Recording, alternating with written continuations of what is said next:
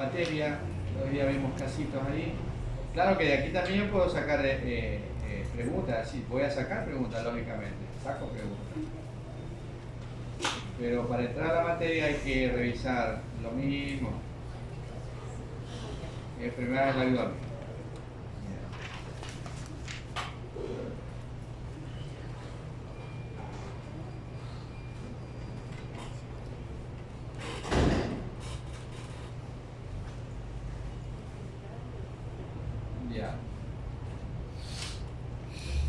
Bueno, es importante saber los métodos de diagnóstico, ya hemos comentado, y los que están ahí subrayados son los de rutina, ¿no? Los de rutina. La simple abdomen, que tú puedes tomarlo de dos formas, acostado al paciente o de pie, dependiendo de lo que busques. Si tú estás buscando una obstrucción intestinal, niveles hidroaéreos, tienes que tomar de pie. La ecografía es un método de rutina también en el abdomen, a tal punto que en los hospitales siempre nos llaman para hacer ecografía, y a veces que te llamen a las 2, 3 de la mañana te molesta, ¿no? Te molesta y bueno, y teniendo tomografía.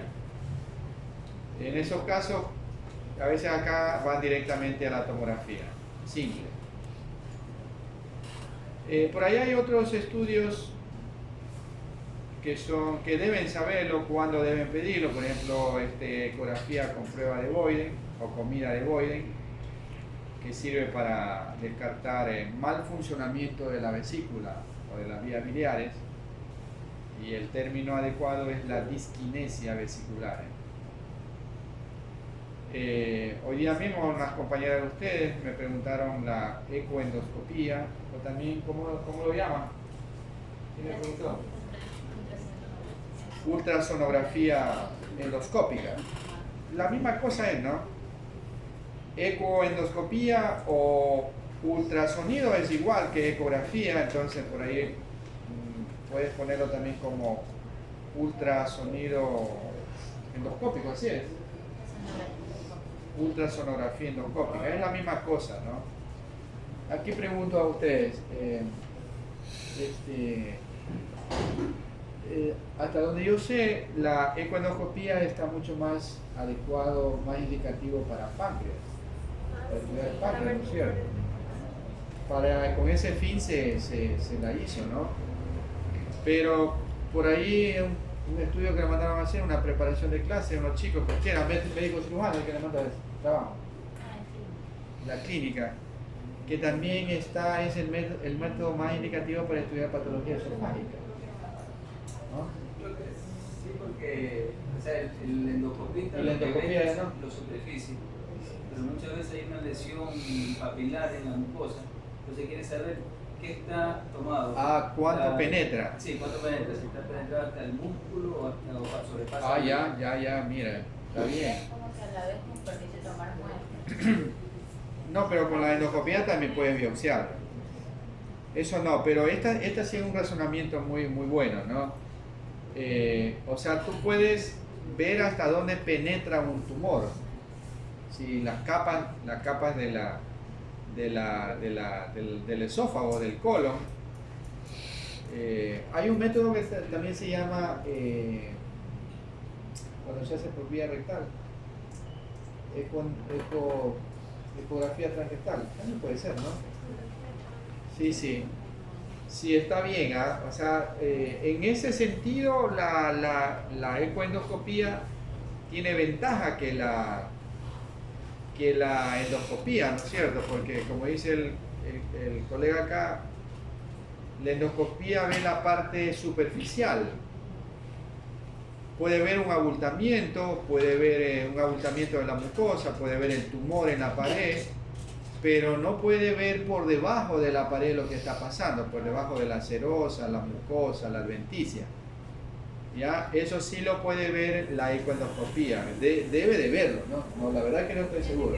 Debería de verla, ¿no? Si la ve, entonces ahí sí, ¿verdad? Tiene una ventaja.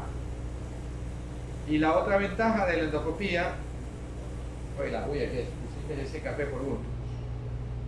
Y la otra ventaja de la econdoscopía es que estudia muy bien al páncreas, ¿no? Al páncreas. Al páncreas.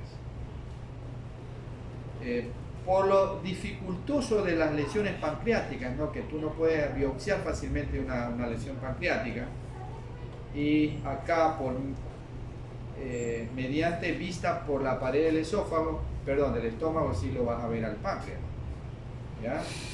Y haces las biopsias. La elastografía es una técnica no rutinaria, pero esta sirve para qué serviría esa, la elastografía. Principalmente para ver si La consistencia de la lesión o de un tejido, en este caso si hacemos del hígado, elastografía del hígado, para ver la consistencia del parénquima hepático, ¿no? Generalmente en los cirróticos, ¿no? Para valorar la consistencia del parénquima hepático en el cirrótico. Más o menos como que reemplaza una biopsia, ¿no? Pero no es un método muy universal, generalizado, rutinario en nuestro medio, al menos, no lo hacemos. La enterotomografía es un estudio que se lo hace muy de vez en cuando, sobre todo para valorar sangrados del intestino, sangrados, ya sea del intestino delgado o del grueso, ¿ya? Cuando la endoscopía no encuentra el sangrado, entonces tiene esta opción de la enterotomografía. Este examen también se hace con bastante frecuencia, la colonoscopía virtual por tomografía computada. Aquí al paciente tiene que prepararlo, darle algún laxante, un enema de colon para que esté limpio el colon, en esto, por TC. Y luego se pone una sonda Foley en el recto y se mete aire, mucho aire, hasta cuando el paciente soporte el dolor, porque tú al meter aire insuflas el colon y eso te produce dolor en el paciente. Y el paciente te dice, pues ya doctor, ya no puedo más, hasta ahí nomás. Y ahí haces los estudios, ¿no? Y mediante un software especial que tiene estos programas, estas máquinas tienen un programa, tú vas estudiando por dentro del colon, como que vas a hacer como una navegación intraluminal, ¿ya? Y la resonancia magnética de abdomen nos queda una opción, sobre todo esta, ¿no? La colangioresonancia. Esta sí tiene una enorme ventaja sobre la TC, sobre el eco y sobre, lógicamente, también los rayos, ¿no? La colangioresonancia para estudiar vías biliares y vesículas. ¿Ok? Simple abdomen, ¿no? Esa es una imagen de simple abdomen. La parte anatómica no hay mucho que ver aquí. Hueso, estructuras óseas, músculos psoas, aireación intestinal. Si se dan cuenta que normalmente el colon siempre tiene aire y también algo de materia fecal. Por ahí vas a tener algo de residuo de materia fecal. Es normal. El intestino delgado tiene más líquido intestinal, jugo intestinal, poco aire, y por lo tanto las asas intestinales en la simple abdomen en un paciente normal son poco visibles. Más se ve al colon porque tiene más contenido aéreo, y esto es normal. Su contenido aéreo, materia fecal, normal. Entonces aquí tiene el colon derecho, por aquí vendría el colon transverso, el ángulo esplénico y el colon izquierdo. Ok, los psoas, mira cómo tienen la disposición anatómica de los psoas. Es importante los psoas porque pegadito al psoas van los ureteres, ¿no es cierto? Las siluetas renales es importante para ver imágenes radiopacas como estas. Esta sería una imagen radiopaca. En este caso la vejiga del paciente está muy repleta, ¿no? Y las estructuras óseas, ¿no? Entonces, mira estos caminitos que hay aquí, ¿no? Las gotieras parietocónicas. Esto se borra ¿cuándo? Por ejemplo, ¿en qué condiciones se puede borrar la gotiera parietocónica? Cuando hay ascitis, ¿no? Cuando hay ascitis, por ejemplo, se borra esto, ¿no? Y por ahí también cuando tenga un proceso inflamatorio, por ejemplo, tiene aquí una diverticulitis con compromiso de la grasa pericolónica, va a tener se pierde la anatomía de la gotiera, ¿no? Ya. La ecografía. La ecografía es muy buena, ¿no? Muy buena. Lamentablemente la ecografía es, además de las que dijimos que se limita mucho en ciertas, lo que acabamos de comentar antes, ¿no?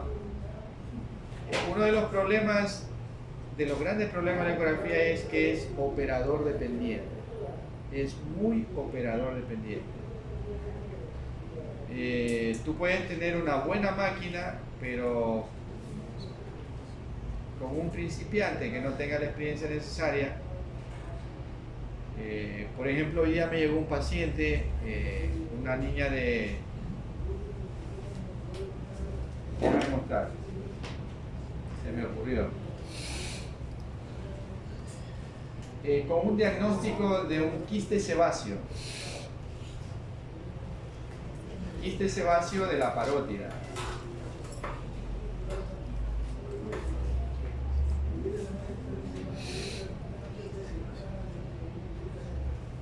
Entonces, el médico que se cambió de médico no estuvo de acuerdo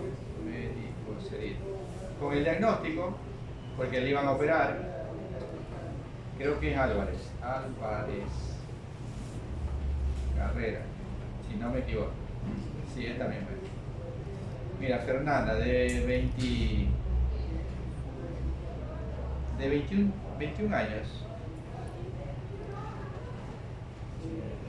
Hoy día fue hecha, mira, 7:01, le hice a las 11:30.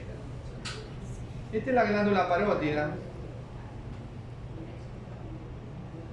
Todo esto, ¿no? Todo esto es la parótida. Todo esto es la glándula parótida. Mira que la ecografía es espectacular, buenísima usando, por ejemplo, aquí he usado un transductor de partes blandas, pequeño, y todo esto corresponde a la glándula parótida. Tenía un nodulito palpable retroauricular, bien pegadito a la pabellón auricular, por detrás del pabellón, inmediatamente por detrás. Entonces el médico que le hizo en Babahoyo, no, frente en la Garzota, en Alborada, frente a, me digo,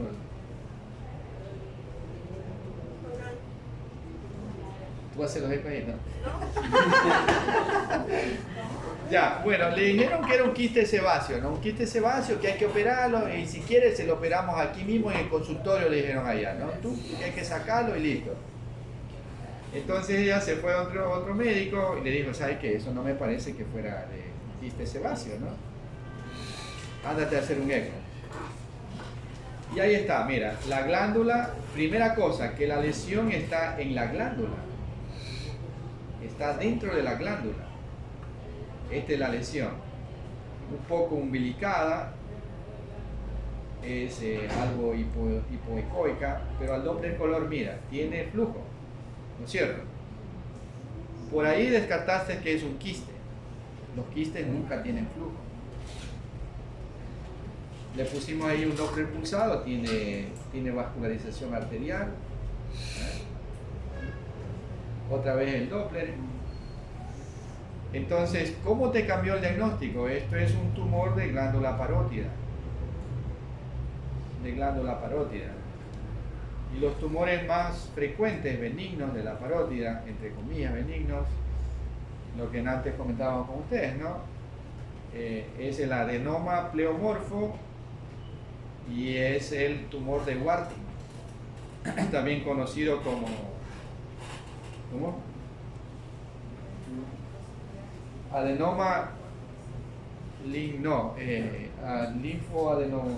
adenoma linfomatoso, algo así, tumor de Warthin.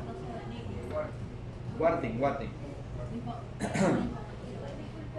Disculpe, ¿cuál era la tipo de adenoma? Adenoma pleomorfo, tumor de Warthin. Otro diferencial, el tumor de Warthin. Cistadenoma papilar. El cistoadenoma papilar linfomatoso, ese es, o tumor de Warthin, ¿no? Entonces mira cómo te cambió el diagnóstico, ¿no? Y ahí pues, sí, es quirúrgico y ahí tienen que sacar la glándula.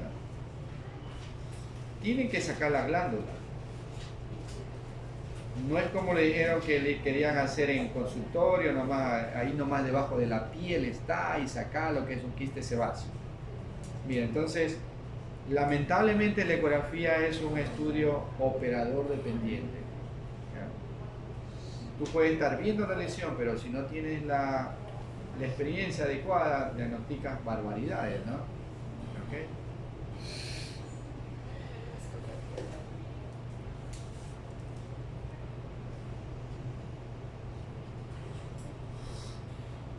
Ya, vamos, sigamos con lo nuestro. Ya, entonces la ecografía es muy buena, mira las estructuras como se la ven.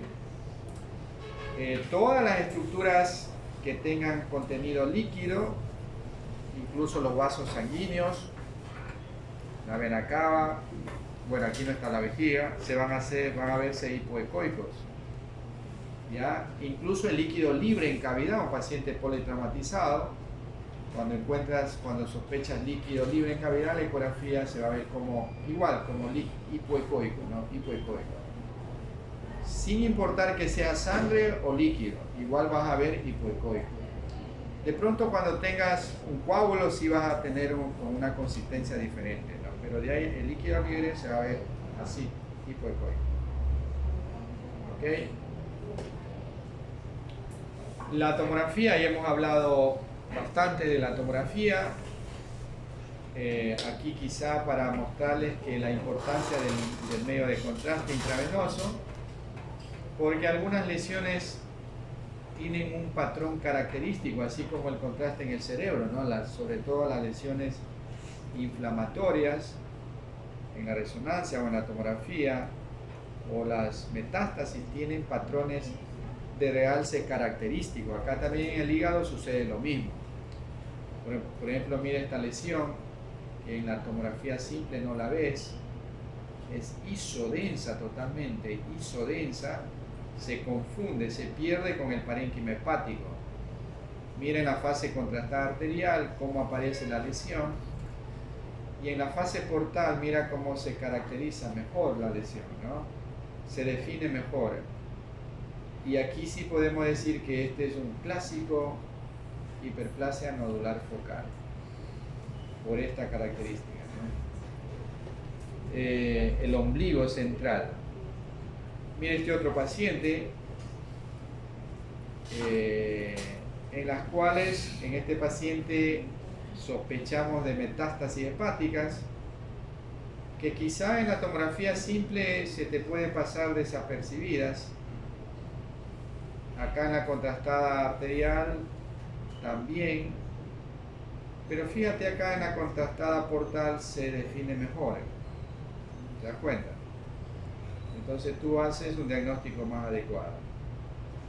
Importante, trifásico, ¿no? Trifásico. Por estos argumentos, hacer los estudios completos. Nosotros a todos los pacientes de abdomen hacemos, sin importar ninguno. Todos los estudios contrastados van así trifásicos. Todos. Ninguno, sin excepción. Es verdad que se gasta más, porque son prácticamente 3 estudios. Tienen que hacer 3 barridos. Pero bueno, pero vale la pena, ¿no? Así se estudian a nivel del mundo, ¿no es cierto? Todos los libros describen así, estos patrones, ¿no? Trifásicos. La resonancia magnética también se hace en T1, se hace en T2 y se hace en fiesta, ¿no? Esta secuencia en fiesta. Que esta secuencia vendría a ser un T2 con supresión grasa. Como ustedes saben, los líquidos en T1 se ven negros. Mira, el líquido cefalorraquídeo. El líquido de la vesícula en T2 se ve blanco. Y aquí en T2 también el líquido cefalorraquídeo de la médula, del espacio subaracnoideo, también se ve blanco. Y en fiesta, los líquidos y la vasculatura venosa se ve también blanco, hiperintenso. Venosa, ¿no? Estos son vasos venosos. La vesícula llena de cálculos. Y esta es una secuencia, una imagen de colangio-resonancia. Este sería el colédoco. Esta sí tiene una enorme ventaja, ¿no? Esta imagen, este estudio tiene una ventaja con relación a la tomografía y sobre la ecografía. Por ejemplo, con la ecografía uno no puede rastrear todo el colédoco, imposible rastrear todo el colédoco, no se puede. La tomografía tiene el problema de que sí lo puedes rastrear todo el colédoco, pero hay cálculos que no lo ve la tomografía. En cambio que la resonancia sí lo ve. Por ejemplo, todos los cálculos en la resonancia, tanto en el T2, en el T1 y en la colangio-resonancia, se ven como señales de vacío, se ven hipointensos. ¿Ve? Aquí hay un cálculo impactado en el segmento distal del colédoco. Esto vendría a ser el duodeno, la vesícula. Aquí no se usa medio de contraste, ojo, no hay que usar ningún medio de contraste al paciente. Todo lo contrario, el paciente debe venir totalmente en ayunas. Se aprovecha la bilis como medio de contraste, correcto, ¿no? Se comporta como líquido. Ya. ¿Todavía se hace en el hospital o ya no es? En Solca todavía hacen esto. Sí, ¿no? Este es un tren de Kere que está puesto en el colédoco y esto termina afuera, ¿no? Con el paciente anda con una fundita recolectora, por aquí sale la bilis. Esto lo hacen cuando ha habido una exploración de las vías biliares, ¿no? Cuando el cirujano explora las vías biliares deja puesto un tren de Kere. Y antes de retirar el tren de Kere hacen una colangiografía a través del tren. Se inyecta el contraste a través del tren. Y aparentemente aquí hay algo ocluyendo, pareciera haber una oclusión aquí que no deja pasar fácilmente el contraste. ¿Ve? Podría ser un cálculo residual. Si fuera un cálculo residual, ¿cómo solucionas este problema? Otra vez abres al paciente. Eso, una CEPRE, ¿no? Con una CEPRE soluciona esto, ¿no? Si fuera un cálculo, que parece ser. Ya se hace poco esto, ¿no? Porque cada día los cirujanos operan laparoscópicamente. Y ya, les voy a mostrar un casito que ya deben ver, ya les he repetido algunas veces, pero es muy práctico para que se les meta en la cabeza los criterios. Y cuando uno ve ciertos criterios radiológicos, debe de considerarse una emergencia quirúrgica. Porque si tú te quedas esperando al cirujano al siguiente día, o si es un fin de semana, esperar hasta el lunes, puede haber una obstrucción, una isquemia intestinal masiva y el paciente se muere por infarto mesentérico. ¿Ya? Entonces, este es un paciente con una placa simple de abdomen de pie totalmente patológica, ¿no es cierto? Hay muchos niveles hidroaéreos ¿Ve? Estos son los famosos niveles hidroaéreos, de aquí para acá líquido y de aquí para arriba aire. Estamos en la duda aquí, ¿o es colon o es intestino delgado? Intestino delgado, ¿te parece esto intestino delgado?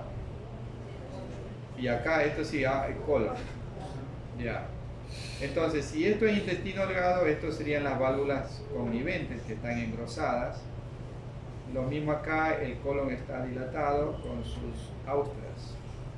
Mira, niveles hidroaéreos, válvulas conniventes. Aparentemente no se ven las goteras parietocólicas, están borradas. Pero lo más llamativo en esta placa es esto. Tú con esto tienes que pensar en un proceso obstructivo o no obstructivo intestinal, ¿no es cierto? Un ilio mecánico obstructivo o un ilio paralítico no obstructivo. Hasta ahí llega la radiografía simple de abdomen de pie. Cuando uno ve esto, también es importante valorar las zonas subdiafragmáticas. Incluso al paciente hay que mandarle o se le toma como una radiografía de tórax para verlos. Siempre buscar aire debajo de los diafragmas, siempre, ¿no? Siempre. Por ejemplo, aquí yo no puedo valorar adecuadamente las regiones subdiafragmáticas. Habrá que tomarle una plaquita de tórax. Entonces, ¿qué le pedirías a este paciente como segundo método de diagnóstico? ¿Ah? Ya tenemos un probable diagnóstico, ¿no? Una pseudoobstrucción intestinal.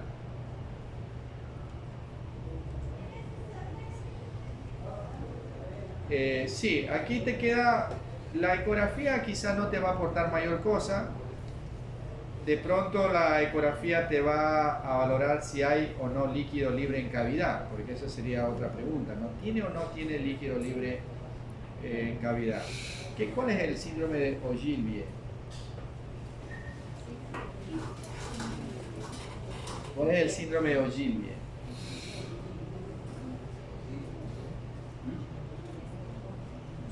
¿No lo has escuchado? ¿No lo has escuchado? Ogilvie. ¿Ah? No, Pilar no. ¿Qué es el síndrome de Ogilvie? ¿Ah? ¿Cómo? Es que una vez me escuché, no sé si es cuando el colon parece que está viendo una obstrucción. Pero no está obstruido. Sí, sí, tiene razón. Es una gran dilatación colónica sin haber factor obstructivo, sí. Sí. ¿Y el megacolon tóxico? ¿Qué es el megacolon tóxico? Ganglianosis. ¿Ah? Ganglianosis. No, ese es el síndrome de Hirschsprung. Ah, no, perdón. ¿Qué es el colon de Hirschsprung? Hirschsprung. No, el megacolon tóxico. ¿Ah? Ahí tengo, no me olvidé copiarlo. Nosotros tuvimos en esta semana un megacolon tóxico, un paciente viejita de 80 años. Hizo neumoperitoneo y hizo perforación intestinal. Se le perforó el colon, un hueco. Antes me mostró el doctor Barberá, un hueco grande en el colon. Ya. Sí, probablemente le pidas ecografía para ver líquido libre en cavidad, porque no te va a aportar más datos la ecografía, o si no, le pides directamente la tomografía computada, ¿no? Más adecuado que la tomografía te puede ver lo que es líquido y también otras cosas. Y ahí tienes la ecografía, la tomografía computada, que muestra una gran dilatación sobre todo de asas del intestino delgado, con mucho líquido retenido, con engrosamiento de las paredes del intestino, en el plano coronal, un plano coronal también acá. Estas son dos imágenes, son a nivel de la corte, a nivel de la pelvis, donde vemos el útero, donde vemos líquido libre ¿cómo es? En el Douglas, ¿ve? Asas intestinales, engrosamiento de paredes.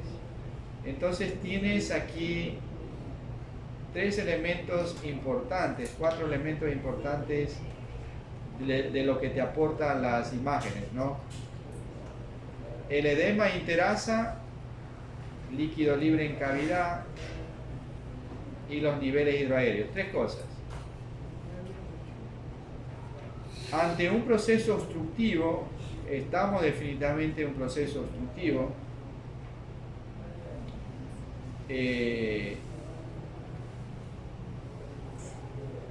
Entonces uno tiene que pensar que este paciente está haciendo, ¿de dónde salió líquido? Esa es la pregunta, ¿no es cierto? La única explicación es que esté haciendo una isquemia mesentérica, un infarto mesentérico, una necrosis intestinal. Ya, yo me acuerdo tanto que este paciente vino, esto me lo pasó, estas imágenes, un interno que trabajaba en la clínica, y es médico ahorita, en la clínica La Dorada, y vino un día sábado al mediodía. Y entonces cuando ya vimos las imágenes, llamó al médico, doctor, hay una obstrucción intestinal por un síndrome adherencial. Es muy agudo. Y entonces creo que el médico le dijo, ¿sabes qué? No estaba aquí, era sábado, creo que andaba en la playa. Aguantémosle, ponele una zona nasogástrica, una zona rectal, y aguantemos hasta el lunes para operarlo. Entonces lo que yo le dije al residente, al chico le digo, oye, pero eso es, tú sabes, lo mismo que le estoy explicando a ustedes, a él también se lo dije alguna vez cuando fue estudiante. ¿Sabes qué? Eso es isquemia intestinal. Si tú le dejas hasta el lunes, puta, se pudre todo el intestino. Y cuando abras al paciente vas a tener que cerrarlo. Y era un familiar, ¿sabes qué? Si el man no quiere venir, llama a otro cirujano, pero tienes que operarlo ahorita. Y dicho y hecho, en la noche me pasó las imágenes, ya hace tiempo, ¿no? Ya tiene como un año por ahí esta señora. Me la pasó, doctor, dice, tenía toda la razón. Tenía podrido un gran segmento intestinal. Y todas estas eran adherencias. Esta señora tenía un antecedente de que hace unos 3 o 4 años había sido hecha una laparostomía exploratoria por un trauma abdominal, ¿no? Entonces todo esto eran adherencias. Entonces, ¿cuál es el mensaje para ustedes cuando estén en el internado o en la rural o cuando ya sean médicos, ejerzan su profesión? Criterios de gravedad. 3. Líquido libre, edema interasa, acumulación de líquido, niveles hidroaéreos. ¿Ya? Entonces tú no puedes aguantar a un paciente así ni una hora más. En el momento en que sea diagnosticado tienes que abrir la panza. Peor si es un añoso, peor. El añoso hace facilito isquemia mesentérica, porque tiene una mala vascularización por sus placas de aterosclerosis, ¿no es cierto? Incluso por ahí hay un síndrome que se llama la isquemia mesentérica. El paciente come y le duele la panza. Come y le duele la panza. ¿Y qué será que me duele la panza? Me va de un médico en otro médico y le tratan como gastritis, colitis. Ese tiene colitis. Y por ahí algún avispado con criterio le dice, ¿sabes qué? Hazte un angio-TC de aorta abdominal para ver si no tienes problema en la mesentérica superior. Y dicho y hecho, ahí tiene las placas en la arteria mesentérica superior, ¿no? Se llama isquemia mesentérica, así como la isquemia cardíaca, ¿no? Isquemia mesentérica. Engañosos, ojo. Bueno, de aquí en adelante vamos a entrar a hablar de patología hepática, y para eso vamos a conversar un poquito sobre lo que es el hígado, la anatomía del hígado. En hígado hay varias patologías, ¿no? Un montón de patologías, desde las lesiones benignas, ocupativas, hasta las lesiones malignas, pasando por la cirrosis como enfermedad metabólica, procesos inflamatorios, infecciosos, etc. Entonces, se van a ir viendo cada uno de ellos en lo que más se pueda, pero vamos a hablar un poquito de la anatomía. Sobre todo esta división, ¿no? Que ustedes ya creo que deben saberlo al dedillo, lo hacen de acuerdo a la distribución de las venas suprahepáticas, ¿no es cierto? Entonces, como ya me enseñó la doctora Allison, la doctora Graciela, ¿no? Es de acuerdo lo que queda entre, mira, lo que queda es facilito, ¿no? Graciela me hizo la verdad que un resumen aquí. Lo que queda entre la suprahepática media y la suprahepática izquierda es el segmento 4, no se olviden, el 4. Lo que queda entre esta, la media y la suprahepática derecha es el 8, ¿no es cierto? El 8 y el 5, mira, el 8 y el 5.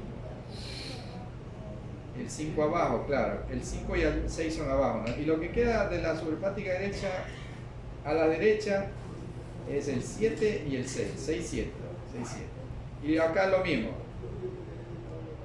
Lo que queda a la izquierda de la suprahepática es el 2 y el 3. Facilito, ¿no? O sea, ¿cómo divide esto? Recuerden que el 1 es acá, es posterior, ¿no? Es bien posterior. Este tiene una situación especial. ¿Cuál era Alejo? ¿Cuál era del caudado? El segmento 1. La irrigación sanguínea, ¿no? El aporte del hígado es mediante, sobre todo, tiene 3 aportes sanguíneos, ¿no? Sobre todo 2, ¿no? Un venoso y un arterial. Aunque este también es venoso, pero este es más de drenaje, ¿no es cierto? Entonces tiene un sistema portal y tiene un sistema arterial. A través de la porta entra la mayor cantidad de sangre al hígado. Pero este de aquí, el caudado, tiene una irrigación muy especial, ¿no? De las dos ramas de la porta, tanto derecha e izquierda. Ya recibe ramos de los dos lados de la porta, ¿no? Lado derecho e izquierdo, y tiene un drenaje no en las suprahepáticas, sino lo hace directamente a la vena cava inferior. Por ahí, por eso es que este lóbulo caudado, el segmento 1, se hipertrofia en ciertas patologías como una situación compensadora, ¿no? Compensadora, ¿ya? Segmentación del hígado.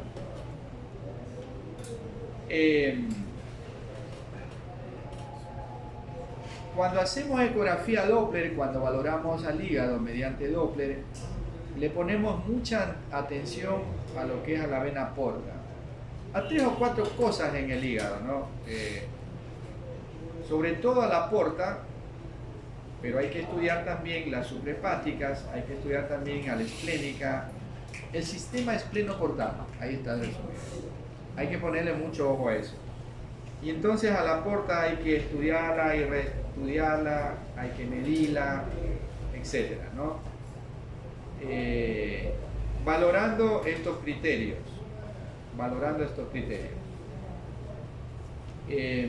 Esto es lo normal, el flujo normal de la vena porta. El calibre. Estas son unas imágenes de una conferencia que lo dio un colega extranjero en otro lado. Me pareció muy bonitas y él dijo que las pueden utilizar sin ningún problema. Incluso nos mandó el audio, nos mandó todo. Incluso qué buena gente se manda. Nos mandó cómo debes informar. Yo tengo, por ahí les puedo hacer llegar a ustedes. Yo tengo, en el bolso tengo. Sí, muy chévere, muy bonito. ¿Cómo debes informar? Ajá, el Doppler. Muy buena gente el tipo, ¿no? Bueno, así mismo cobró $2.000, ¿no? Por persona.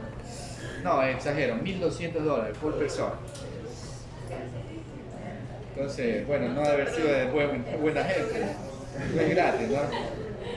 No, pero a veces son tan egoístas, ¿no? Yo me acuerdo que en una conferencia en Quito, yo estaba tomando fotitos con una cámara de esas viejas. Yo no tenía celular, era tan pobre, soy tan pobre. Y un tipo de esos, coordinador, me dijo que no puedo tomar fotos. Sí, no me dejó tomar fotos. O sea, medio absurdo, ¿no? Y ahora creo que ya no pasa eso, ¿no? Pero eso me sucedió a mí en Quito, por eso odio a los quiteños. Ustedes no son serranos. El serrano aquí nada. ¿Ah?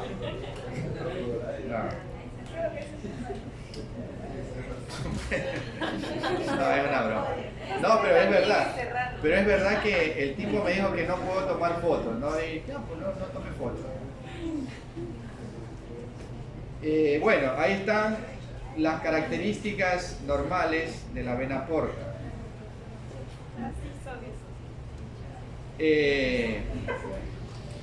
Otro vaso que debe estudiarse en el Doppler es la arteria hepática. Y ahí tienes también los valores normales de la vena, de la arteria hepática. La arteria hepática siempre la encontramos encima de la vena porta. En ecografía, mira, por ejemplo, aquí la vena porta. Esto del criterio hepatópeto, flujo hepatópeto, significa que se acerca al hígado. Y otro flujo hepatófugo significa cuando se aleja del hígado, ¿no?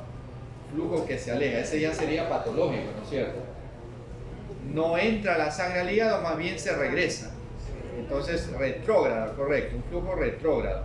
Hipertensión portal. Hipertensión portal, eso sería ya un flujo hepatófugo. Esto es normal. Esto está bien, la vena porta se la ve bastante bien y la arteria hepática encima de la porta. Ahí la coges a la arteria hepática, la mides, aplicas el Doppler color, localizas a la arteria, al paciente le dices aguante la respiración 5 segundos y tú sacas el trazado con el Doppler pulsado.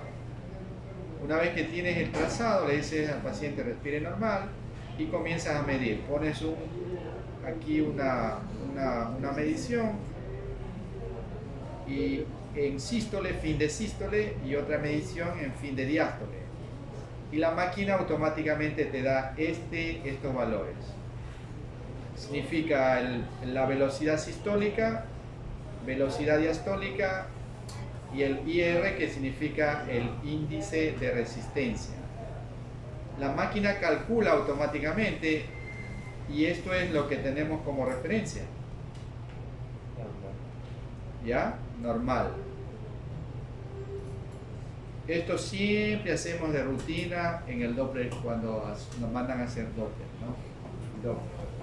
A veces yo los hago de curiosidad, cuando ya veo la arteria hepática, los mido para ver si realmente esto es verdad. Y sí, es verdad. Siempre está en este rango. Siempre. Siempre está en este rango. Hagan práctica cuando lo vean, porque no es fácil ver a la arteria hepática. No se ve en todos los pacientes. Un Doppler te puede implicar un estudio fácil, rápido, en 5 o 10 minutos, así mismo te puede demorar media hora, una hora, y no encuentras y te mueres de coraje, ¿no? Y no encuentras. Y por último, no lo ponen, no se encuentra. ¿Ya? Este es un trazado, aquí está puesto el Doppler en una vena suprahepática y este sería un trazado normal de la vena suprahepática, ¿no? Esto es lo que se llama un trazado trifásico bimodal. Tiene 3 ondas, 1, 2, 3, 1, 2, 3, ¿verdad? Este es un trazado de la vena porta. El trazado de la vena porta es fásico, ¿no? Fásico ondulante. No se ve tan ondulante, pero es bastante. Hoy día saqué un Doppler muy bonito y me olvidé de ponerlo, ¿no? Muy ondulante la onda, ¿no? Ondulante. En el momento en que una onda se vuelve en meseta, eso es anormal y eso es patológico. Siempre debe ser ondulante. Esta está media patológica, ¿eh? No está tan ondulante, ¿no? Debe chupar duro el muchacho.